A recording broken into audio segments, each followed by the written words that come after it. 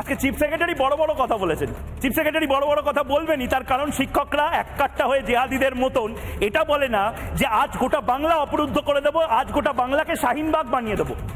কোন শিক্ষক ডাক্তার দেখবেন বলে না আজ গোটা বাংলাকে শাহিনবাগ বানিয়ে দেবো। জেহাদিরা বলে, তাই জন্য মমতা বন্দ্যোপাধ্যায়ের সরকার ঠকঠক করে কাঁপে। বাঙালি হিন্দু তাদেরকে এভাবে আজ মারা হয়েছে।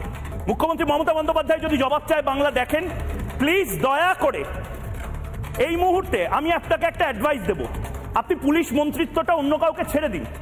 আপনি সুবোধ সরকারকে প্রয়োজনে পুলিশ মন্ত্রী করে দিন। সুবোধ সরকার চাকরিহারাদের সামনে যেভাবে চিরকুট নিয়ে কবিতা পড়তে পারে, নিশ্চয়ই আপনার থেকে ভালো পুলিশিংটা পারবে। এটা শুধু নয়, বাংলার পুলিশ বীর পুলিশ। মনে করো যেন বিদেশ ঘুরে মাকে নিয়ে যাচ্ছি অনেক দূরে, বীর পুরুষের পর বীর পুলিশ কবিতা লেখা হবে। পুলিশ দোকানে লুকিয়ে পড়ছে শাটার ডাউন করে। দোকানের মালিকের সাথে আজ আমরা কথা বললাম, হাসতে হাসতে আমাদের পেটে খিল ধরে গেছে। পুলিশ নাকি দোকানদারদের বলেছে একদম চুপ করে থাকবে, আমরা আছি, জানাবে না। কারণ এই পুলিশ, বীর পুলিশ, শিক্ষক পেদাতে পারে, জেহাদি পেদাতে পারে না। মেডিকেল সায়েন্সের ভাষায় বা সাইকোলজির ভাষায় একটা শব্দ আছে স্যাডিস্ট, অর্থাৎ পুলিশ শক্তের ভক্ত নরমের জম বলে না। জিহাদিদেরকে পুলিশ পেটাতে পারে না, পুলিশ কাদের পেটাতে পারে বা পেটায়? ডাক্তারদের, শিক্ষকদের। পুলিশ লাঠি পেটা করছে শিক্ষকদের, এই সাহসটা পুলিশ পায় কোথা থেকে? পুলিশ বাঙালি শিক্ষকদের, বাঙালি হিন্দুদেরকে শহরে যেভাবে পেদায় বা শিক্ষকদের যেভাবে মারে, বুকে লাথি মারছে, পেটে লাথি মারছে। আপনাদেরকে চোখে আঙুল দিয়ে দেখিয়ে দিচ্ছি, বাংলার পুলিশকে দোষারোপ করবেন না। পুলিশ মন্ত্রীকে দরকার হলে একটা চাকরি যদি আপনারা খেয়ে নিতে পারেন, এতগুলো চাকরি বাঁচবে, 26,000 চাকরি বাঁচবে, ডাক্তারদের সম্মান বাঁচবে। অভয়া বলে মেয়েটিকে আপনারা ভুলে গেছেন হয়তো, অভয়ারও চাকরিটা বেঁচে যেত, অভয়ার জীবনটা বেঁচে যেত। অভয়ার আজ এমডি পাস করে স্পেশালিস্ট ডাক্তার হওয়ার কথা ছিল, পালমোনোলজি ডিপার্টমেন্টে চেস্ট মেডিসিনের ডাক্তার হওয়ার কথা ছিল। অভয়ার চাকরি গেল, প্রাণ গেল, শিক্ষকদের চাকরি গেল। শিক্ষকদের আজ পেটে লাথি মারা হচ্ছে, একটা চাকরি আপনারা নিজেরা বজায় রেখেছেন বলে। আমি বীর পুরুষ পুলিশদেরকে সেলিব্রেট করব, কারণ এই পুলিশ জেহাদিদের কিছু করতে পারে না। মুর্শিদাবাদ মালদায় গেলে এই পুলিশ শান্ত হয়ে যায়। এই পুলিশ জোয়াককে স্যার বলে জেহাদিরা পথপথ করে প্যালেস্টাইনের পতাকা ওড়াতে ওড়াতে বলছে সংবিধান মানি না, ট্রেন ঘুরিয়ে দেবো, পুলিশের গাড়ি জ্বালিয়ে দেবো। ইয়েস স্যার বলে হয়তো পুলিশ চলে যায়, ওই পেট্রোল পাম্পে লুকিয়ে পড়ে, শাটার নামাতে বলে, চুপ চুপ চুপ চুপ, জেহাদিরা আসছে আমাদের মেরে দেবে। আর যত মাস্তানি পুলিশের এই শিক্ষকদের পেলে। কেন ভাই? বাংলার পুলিশ যদি কাজ না করতে পারে বলে দিক, নবান্নতে বসে থাকবে, ভবানী ভবনে বসে থাকবে, সেন্ট্রাল ফোর্স আসবে, মিলিটারি আসবে, বাংলাকে সামলাবে, আপনারা বেতন পাবেন, দিয়েও হয়তো পাবেন, বলে দিক সেটা। বুকে গুলি করার কথা বলছে শিক্ষকেরা, জেহাদিরা দাপিয়ে বেড়াচ্ছে বাংলায়, শিক্ষকেরা বলছে আমাদের বুকে গুলি করুন। শিক্ষকেরা বলছে আমরা বাধ্য হয়ে এবার বোমা বানাবো, আমরা বাধ্য হয়ে মাওবাদী হব।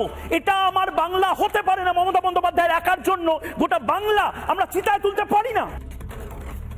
যারা এই মুহূর্তে আমার সঙ্গে রয়েছেন শিক্ষক, সম্মানীয় শিক্ষক, এবং আমি যেটা অপছন্দ করি যে ডেজিগনেশন বা যে পরিচয় দিতে, চাকরি হারা, কারণ চাকরি চলে যাচ্ছে, পরে আবার চাকরি পাবে। চাকরি হারা বাংলা মিডিয়াতে কিসের ডেজিগনেশন হতে পারে? কিন্তু মমতা বন্দ্যোপাধ্যায় বাধ্য করছেন কিছু শিক্ষিত ছেলে মেয়ে, এমএ পাস করেছেন, বিএ পাস করেছেন, অনেকে হয়তো বিএড করেছেন, এমফিল করেছেন, শিক্ষিত ছেলে মেয়েদেরকে আমরা চাকরি হারা, ট্যাটুর মতন চাকরি হারা বলে সম্বোধন করব কেন? কিন্তু বাধ্য হচ্ছে আমি তাদেরকে পরিচয় করাতে। প্রতাপ রায়চৌধুরী আক্রান্ত, আমার সাথে রয়েছে রজত হালদার, গ্রেপ্তার করা হয়েছে কিসের জন্য? দেশদ্রোহিতার জন্য। কিসের জন্য? চাল চুরি করার জন্য, কয়লা চুরি করার জন্য নয়। পুলিশ এবং পুলিশ মন্ত্রীকে প্রশ্ন করতে শিখুন, নয়তো অনেকগুলো প্রশ্ন হারিয়ে যাবে। রজত হালদারের পাশে মানিক হালদার এই মুহূর্তে রয়েছেন, আক্রান্ত, চাকরিহারা, শিক্ষক, শিক্ষিত বেকার, সদ্য চাকরি চলে গেছে। কি বলবো? মমতা বন্দ্যোপাধ্যায়ের অপদার্থতার শিকার, কি বলবো, কি পরিচয় দেবো? রজতবাবু ক্ষমা করবেন আমাকে, সাংবাদিকতা পেশায় যখন এসেছি একেবারে বিভিন্ন প্রশ্ন করাটা আমার কাজ, কিন্তু আমি জানতে চাই আপনাকে মানে কোথায় কোথায় মেরেছে, কি হয়েছে, একটু যদি বাংলার মানুষকে বলেন। দেখুন, প্রথমে আমরা শান্তিপূর্ণভাবে ওখানে ডেপুটেশন দিতে গিয়েছিলাম এবং আমাদের ডিআই অফিসে তালা ঝোলানো কর্মসূচি ছিল এবং এটা রাজ্যের সমস্ত ডিআই অফিসে। কিন্তু আশ্চর্যজনকভাবে দেখলাম, আমরা যখন ডিআই অফিসে গেলাম সেখানে একদল পুলিশকর্মী আমাদের উপর, নিরস্ত শিক্ষক শিক্ষিকাদের উপর লাঠি নিয়ে আঘাত করলেন এবং সবচেয়ে আশ্চর্যজনক ব্যাপার, একজন পুলিশকর্মী জুতো দিয়ে লাথি মারলেন আমাদের এক সহকর্মীকে। আমি চিফ সেক্রেটারি কিন্তু বলছেন মৃদু লাঠিচার্জ করা হয়েছে, ওই পালক দিয়ে একটু হাত বুলিয়ে দেওয়া যেরকম হয় এমনভাবে। রাজ্যের মুখ্য সচিব বলছেন এমনভাবে লাঠিচার্জ করেছে যে আমি এই স্টুডিওতে পর্যন্ত হেঁটে আসতে পারছিলাম না। মহিলা পুলিশ কর্মী তো খুব কম সংখ্যক ছিল এবং মহিলা আমার যে সহকর্মীরা ছিলেন তাদের উপরেও পর্যন্ত নির্মমভাবে অত্যাচার করে। আমার খারাপ লাগছে, রাজনৈতিক ব্যক্তিত্বরা, বিরোধীরা বলেন, শঙ্কর ঘোষ এই মুহূর্তে রয়েছেন, যে মমতা বন্দ্যোপাধ্যায়কে যারা বিশ্বাস করে, যারা তার আশ্বাসে সন্তুষ্ট হয়, তারাই কোনো না কোনোভাবে ফাঁসে বা তারা কেস খায়। মানিক হালদার, আপনিও কি মার খেয়েছেন? মানে আমি বাধ্য হচ্ছি এই কথাগুলো বলতে। মানে ফেলে মারা যাকে বলে, আপনারা কি কয়লা চুরি করেছেন, গরু চুরি করেছেন, কি করেছেন? পুলিশ এত খেপে গেল কেন আপনাদের উপর? জেহাদি নাকি আপনারা? প্রথমে বলি, আমার একটু গলাটা ধরে গেছে আর কি, তো আমি পিসিআরকে বলবো আপনার জন্য গরম জলও পাঠাতে। এটা রাজ্যের কাজ, রাজ্য পুলিশের কাজ, কিন্তু তারা সম্মান না দিলেও আমরা শিক্ষকদেরকে সম্মান দিই। পিসিআরকে বলবো একটু গরম জল, চা আপনি একটু খেতে খেতে কথা বলুন। তো আমরা যোগ্য শিক্ষক এবং শিক্ষাকর্মী সকলে মিলে সমবেত হয়েছিলাম জাস্ট একটা ডেপুটেশন দেওয়ার জন্য ডিআই অফিসে। কিন্তু পুলিশ যে এত ভয়ঙ্কর হতে পারে, যে তাদের যে হুঙ্কার, তাদের যে লাঠির যে তোলার যে এটা, মানে আমাকে তো মারলো, আমি জাস্ট ঠেকাতেও গিয়েছিলাম। না, এটা কি আপনাকে মেরেছে এখন? কিসে মানে এই আপনি কি আপনারা সিরিয়াসলি? একদম একদম, এই তো এখানে, মানে এখান থেকে একদম, মানে 4 থেকে মানে ফেলে মারা যাকে বলে, একদম একদম। তারপরে আমার সহকর্মীরা ধরে, এটা কি ঠিক বলছে? ফেলে একদম ওখানে যেভাবে মেরেছে, কোনো মানে জঙ্গিদেরকে ওইভাবে মারা হয় না, কোনো জঙ্গিদেরকে ওইভাবে মারা হয় না। আমার উপর 6 জন পুলিশকর্মী মেরেছে এবং আমাদের অমিত রঞ্জন স্যারকে একজন পুলিশকর্মী তার হাত ধরেছিলেন বলে তিনি তাকে জুতো দিয়ে মেরেছে। আমি ওই পুলিশকর্মীকে আমি অনুরোধ করব, আমরা বাড়ির পোষ্যদের গায়েও পর্যন্ত পা লাগলে প্রণাম করি। সেই শিক্ষাটা আমরা আমাদের বাচ্চাদেরকে দিয়ে থাকি। দয়া করে আপনি ওই রকমভাবে মারবেন না, দয়া করে গুলি করুন, যত জোর আছে লাঠি দিয়ে মারুন, কিন্তু জুতো দিয়ে মারবেন না। আমি প্রতাপ, তুমি যখন কথা বলবে আমি পিসিআরকে বলবো, আজকে আমার খারাপ লেগেছে যে শিক্ষক, প্রতাপ আমি যদি ভুল না করি, আমি আগের দিনই তোমার সাথে ছিলাম, তুমি যাদবপুর বিশ্ববিদ্যালয়ের ছাত্র, তুমি যথেষ্ট ভালো র্যাঙ্ক করেছো এবং মানে অন্য সময় হলে অনেক পুলিশ কর্মী আসে যারা হয়তো তোমার পাশে শিক্ষাগত যোগ্যতায় পাশে বসার যোগ্য হয়তো নয়। আজকে আমি পিসিআরকে বলবো সেই ছবিটা দেখাতে, খালি গায়ে জামা টামা খুলে গেছে সেই অবস্থায় তুমি বসেছিলে। কয়েক সেকেন্ডের মধ্যে কয়েকশো পুলিশ লাঠি নিয়ে ঢুকে, কয়েকশো পুলিশ বেধড়ক মারধর করে। আমাদের কোনো কিছু বুঝে ওঠার আগেই আমাদের ওপর এমন লাঠি চার্জ করে, আমার ওপর কে যে কোথা দিয়ে মেরেছে আমি জানি না।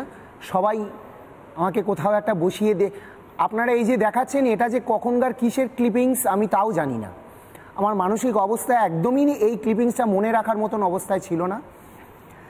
আজকে আপনাদের এই সভা থেকে আমি কয়েকটা দাবি করতে চাই এই রাজ্যের পুলিশ মন্ত্রী তথা মুখ্যমন্ত্রী মমতা বন্দ্যোপাধ্যায়ের কাছে।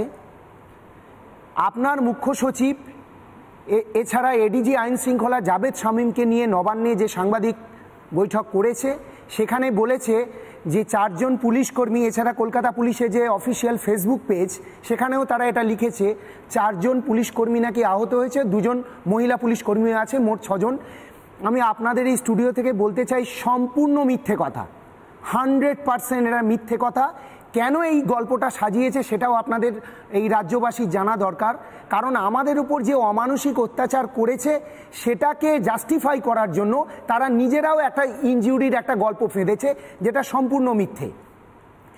আমি যে দাবি আপনাদের এই মঞ্চ থেকে করতে এসেছি, আমাদের মনের অবস্থা একদম ভালো নেই। আমার শরীর এখন কাঁপছে ভেতরে, কি বলা উচিত আমি জানি না। হয়তো কিছু ভুল ভ্রান্তি হয়ে যেতে পারে, মাফ করবেন। আমরা চাই 2015 সালের 16ই আগস্ট আপার প্রাইমারির পরীক্ষা হয়েছিল, তার মিরার ইমেজ যে ওএমআর শিটে পরীক্ষাটা হয়েছিল তার মিরার ইমেজ এসএসসির কাছে আছে। তার 1 বছরেরও বেশি পরে নভেম্বর এবং ডিসেম্বর 2016 সালে এই যে আমাদের প্যানেলটা বাতিল হলো, তার মিরার ইমেজ নেই কেন? তার মিরার ইমেজ আছে। এই রাজ্যের বা এই দেশের কোনো না কোনো গোপন কুঠুরিতে এখনও সেই মিরার ইমেজ আছে। মুখ্যমন্ত্রীর কাছে আমার করজোড়ে নিবেদন, আপনি নেতাজি ইন্ডোরের সভা থেকে বলেছেন সুপ্রিম কোর্টের কাছে বৈধ অবৈধ বা যোগ্য অযোগ্যদের তালিকা চাইবেন, সে তালিকা আপনার কাছেই আছে। সে তালিকা সিবিআই ইতিমধ্যেই পাবলিক ডোমেনে নিয়ে এসছে, সকলের কাছে আছে।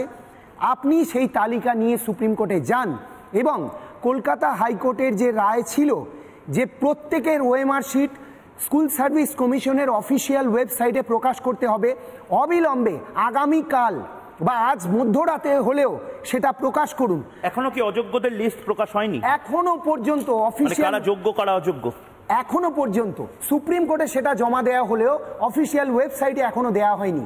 আমরা জানি না কে কত বান্ডিল কাকে দিয়েছে, কার ভয় উনি পাচ্ছেন যে সুপ্রিম কোর্ট বলে দেওয়া সত্ত্বেও যে ওই ব্যক্তিরা টাকা ফেরত দেবে এবং পরীক্ষায় বসতে পারবে না, তা সত্ত্বেও ওই ব্যক্তিদের এখনো তালিকা প্রকাশ করছে না।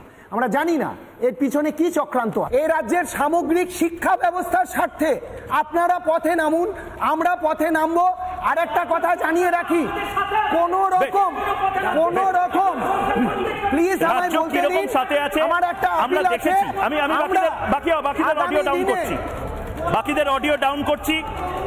রাজ্য কিভাবে সাথে আছে এই চাকরি প্রার্থীদের এবং শিক্ষকদের আমরা দেখেছি, এবং আবারও বলছি, বাংলার মানুষকে বলছি, এই পুলিশ, এই এসআই, এই ইন্সপেক্টর যারাই থাকুক না কেন, আসলে এদের মাথায় আছে পুলিশ মন্ত্রী, অপদার্থ পুলিশ মন্ত্রী। ছোট্ট বিরতি নিচ্ছি, বিরতির পর ফিরে আসছি মানুষের কথা বলতে, সঙ্গে থাকুন।